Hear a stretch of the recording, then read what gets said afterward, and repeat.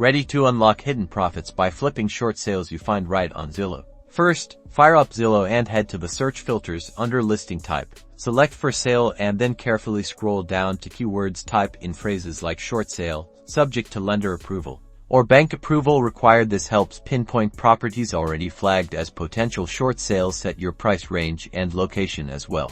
Next, analyze each listing. Look for details indicating distress, like deferred maintenance in the photos or descriptions hinting at financial hardship. The longer a property has been on the market, the more motivated the seller might be. Once you've found a promising property, it's time to contact the listing agent. Express your interest as a cash buyer and inquire about the seller's openness to a quick close. Remember, short sales require lender approval, so factor that extra time into your calculations. Negotiate your best offer with the agent. Finally, once you have the property under contract, market the deal to your network of investors or other cash buyers. Assign the contract for a wholesale fee, netting you a profit without ever owning the property. Remember, thorough research and clear communication are key to successfully wholesaling short sales on Zillow.